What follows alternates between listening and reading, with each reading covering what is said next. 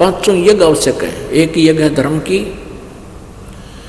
एक यज्ञ है धर्म की,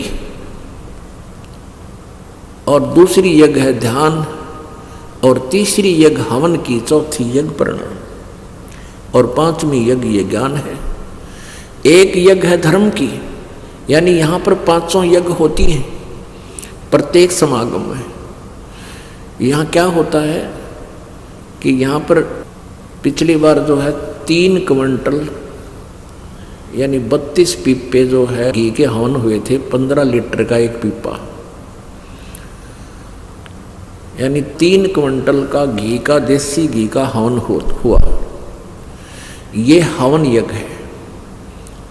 अब भी जितने पाठ होते हैं उस हिसाब से, और फिर कुछ ज्योति चढ़ाते हैं भक्तजन अपना हवन कराने के लिए, उनका इकट्ठा भी करते हैं, और वैसे भी लगातार ज्योति चलती रहती है अखंड दिन रात। यहाँ पर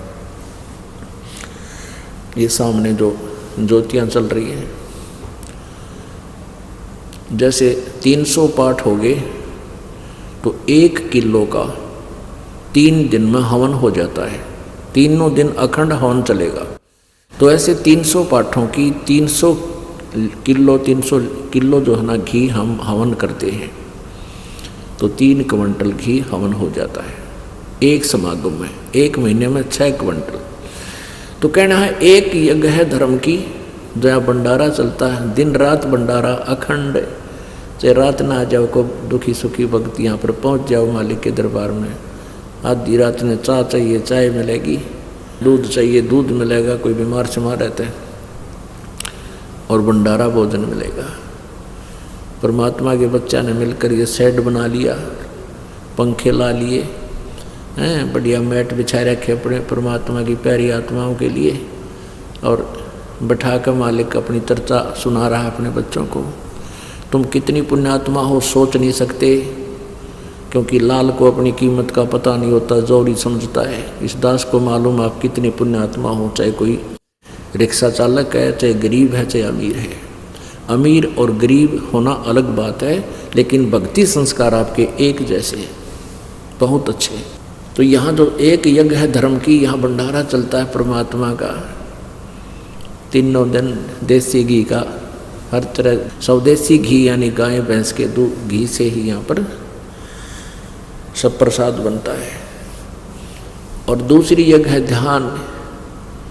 आप ये सत्संग सुनते हो, ये मेडिटेशन का भी काम करता है, क्योंकि जब सत्संग सुनते हो तो परमात्मा का चिंतन होता है, प्रभु के बारे में जानकारी होती है, अंदर अंदर एक विशेष कसक पैदा होती है, रह रह कर मालिक का ध्यान ही आता है, परमात्मा ने ये किया, परमात्मा ऐसे थे।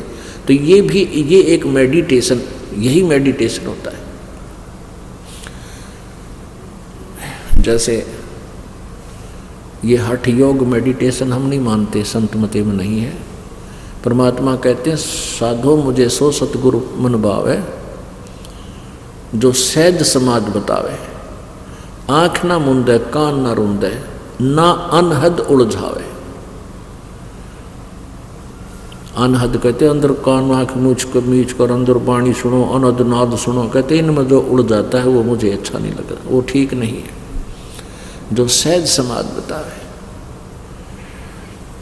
सहज समाध कैसे होती है? जैसे हाली बीज धुन और पंथी से बतरावे, और वह में खंड पड़े नहीं, ऐसे ध्यान लगाओ। It is meditation. जैसे हाली बीज बोता है, हल के पीछे, बैलों के पीछे एक हल होता है, हल के पीछे एक पाइप सी होती है जिसमें अगर बीज छोड़ा उसने ओरना बोला गया। और जैसे रास्ते के साथ साथ उसने हल जोत रखा है, और कोई अतिथि आ जाता है, पंथी राह चलता, और कोई बात पूछता है, रास्ता पूछता है, तो वो उससे बात भी कर रहा है, और साथ में एक हाथ से बीज को छोड़ता हुआ अपने हल को नहीं रोकता। वो उसका ध्यान तो अपने बीज में है, हाथ ऐसे सेट कर रखा है उसने, उसका ध्यान है, बैलों को भी टोक देता है, और उस पंथी को रास्ता भी बता रहा, आप सीधे चले जाना, आप ऐसे करना, लेकिन रह रह कर ध्यान उसका बीज छोड़ने पर है, कहीं ज़्यादा कम ना छूट जाए हाथ से। जैसे हाली बीज धुन पंथी से बतलावे, वाम खंड पड़े नहीं, ऐसे ध्यान लगावे। जो पतिव्रता पति से राती, आन पुरुष नहीं भावे। बस पी हर में सुरत प्रीतम में, ऐसे ध्यान लगावे। This is meditation, it is meditation. ये ध्यान समझ लेना कैसा है हमारा ध्यान। अब जैसे आप वैसे सिमरन करते ही हो, जब आप किसी काम करते हो, कोई भी कार्य करते हो, ऑफिशियल काम में ज़्यादा डिस्टरबेंस मानते हैं, लेकिन ऑफिशियल काम करते करते भी वह कसक मालिक की रह कर अंदर रहनी चाहिए हमारे। अब इस बात को आप समझ जाओगे। एक व्यक्ति ने 50,000 रुपये लोन लिया, लड़की की शादी और सारी व्यवस्था करनी थी, तिजोरी में यानी सेफ में रख दिए। और चलते समय कहीं जाना था निमंत्रण देने के लिए, सेफ खोल कर किराया निकाला और जल्दी का मारा कि किसी कारण से वो लॉक करना भूल गया सेफ को और पहुंच गया 200 किलोमीटर। उस पुराने समय की बात है। चल आजकल भी ऐसा ही है, आजकल तो मोबाइल हो गया, जब फ़ोन कर दे संभालिए चाबी ने, यानी पुराने समय की बात है। तो वो चला गया अपनी रिश्तेदारी में लगभग 200 किलोमीटर। शाम के समय उसको याद आया जब खाना खाने लगा, अकोतरे की चाबी भूलिया मत और तिजोरी सेफ खुली छोड़ा है। भगवान कोई निकम्मा आदमी ना घुस जा, बच्चे दरवाज़ा खुला छोड़ कर चले जाए, मकान का कोई आना जार पता नहीं, ऊपर से शादी आ गई और ये मुश्किल से उधार में लोन मिला था और कोई पैसा मिलेगा नहीं, तो उसको कितनी चिंता।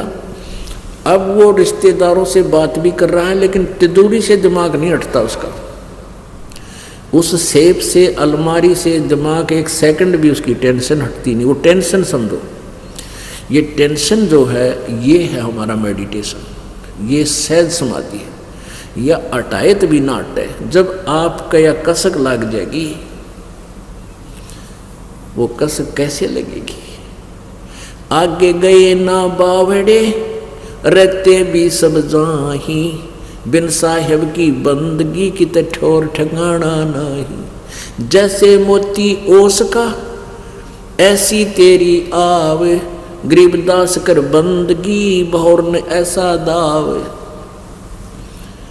अब परमात्मा की बारे में जब हमारे हृदय में यह जगह बन जाएगी कि ना तो मनुष्य जीवन बार बार मिलेगा, और मनुष्य जीवन मिल गया तो ज्ञान नहीं मिले कि मनुष्य जीवन चाटाएंगे खाम, वो तो फिर एक पशु जैसा धंधा, तो एक असंख्य बार जन्म हो जाओ मनुष्य का। जैसे मोक्ष नहीं हुआ, परमात्मा प्राप्ति नहीं हुई, तो आपके अंदर एक विशेष कसक बनेगी। और ये कसक जो है, जैसे आप कोई ऑफिशियल काम भी करते हैं तो भगवान की भूल नहीं पड़ सकती, भले ही सिमरन नहीं हो सकता लेकिन वो चिंतन नहीं छूट सकता।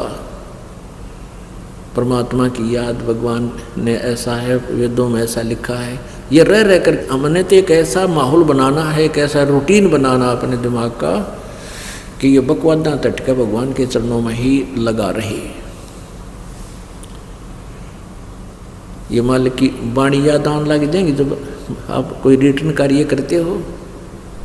सुखदेव ने 84 भुगती बना पजावे खरवो, तेरी क्या बुनियाद पुरानी तू पेंडा पंथ पकड़वो। कि इस तरह की बातें याद आवेंगी कि सुखदेव जैसे ऋषि भी सत साधना ना करने से गदा बना कुमार के माटी डोई, और परमात्मा कहते तेरी क्या बुनियाद पुरानी तू पेंडा पंथ पकड़ो। पेड़ा माने पंथ माने वे ऑफ वर्शिप, पूजा की विधि, पूजा का मार्ग, ये अकॉर्डिंग टू द शास्त्र, ये पकड़। तेरी क्या बुनियाद है, तू अटपट करने लग रहा है, अपनी मन मर्जी से साधना कर रहा है। तो कहने का भाव ये है पुण्यात्माओं, परमात्मा की जो वाणी कहते हैं, एक यज्ञ है धर्म की, दूसरी यज्ञ है ध्यान, और तीसरी यज्ञ ये हवन की। अब हवन कैसे करते देखे हमने, ये भट्ट बाड़ा करते, गेर का लकड़ी बड़ा कुंड बना लेते, उसमें गेर का लकड़ चंदन का लकड़ी और स्वाहा स्वाहा लोटे पर गिरे, उनका गुणा घर तो पड़ा हुआ था, गिरनिये थे। अब उस लकड़ी के द्वारा हवन करने से लकड़ी भी जलती है, लकड़ी से कार्बन डाइऑक्साइड पैरेलल बराबर बनती जा रही है। और हम हवन कैसा करते हैं, एक 100 ग्राम, इसमें मेरे ख्याल में 100 ग्राम रुई नहीं लगी हमारी इन ज्योतिया में, ज्योति जला रखी, और इसमें अब के लगभग 2.5 क्विंटल से भी ज़्यादा हवन होगा। पिछली बार 3 क्विंटल और 30 किलो किया था हवन, तो मुश्किल से 200 ग्राम 150 ग्राम जो है ना रुई लगी होगी, और 3 क्विंटल से भी 30 किलो ऊपर हवन हो गया। और जब लकड़ियाँ तो करीबन मान 1 क्विंटल गेला लकड़ी जो फूकनी पड़े इनमें,